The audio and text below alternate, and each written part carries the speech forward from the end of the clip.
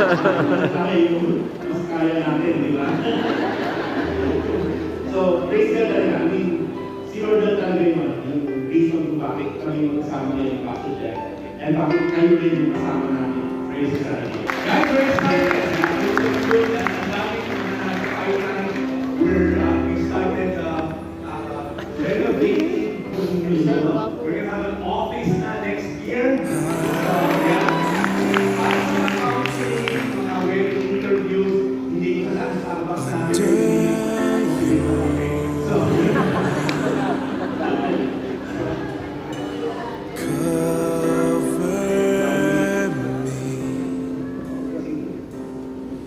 within your mighty hand. Good morning po sa lahat. When the oceans rise and thunders roar. To Tobias Lindstrom. I'm actually a US immigrant, born in Makati Medical Center. Living in Paranaque. Yesterday I was with Mayor Eric Olivares and his first lady, Irene. We did Binyan Bayan. So magkumpara na kami ngayon. But I've known, the reason why I'm here is I've known Pastor Jeff is to keep this back in Victory Fort.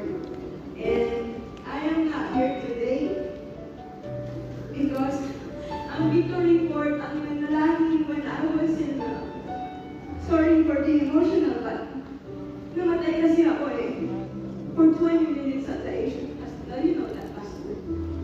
I have lupus, and when I gave birth to my daughter, bless Helen Loito, bless them siya, nagkaroon ako ng complication, and my sister, Sheila Pindogas, was attending Victory Fort. Sabi niya, then I will ask Pastor General Estupides to pray, and then we'll do a Victory Fort so we eat. Sabi ko, sige, sabi ko, ang hirap kasi that was pandemic. May 2020, ako nag-admit sa sarili ko. And nobody is beside me. And sabi ko, Lord,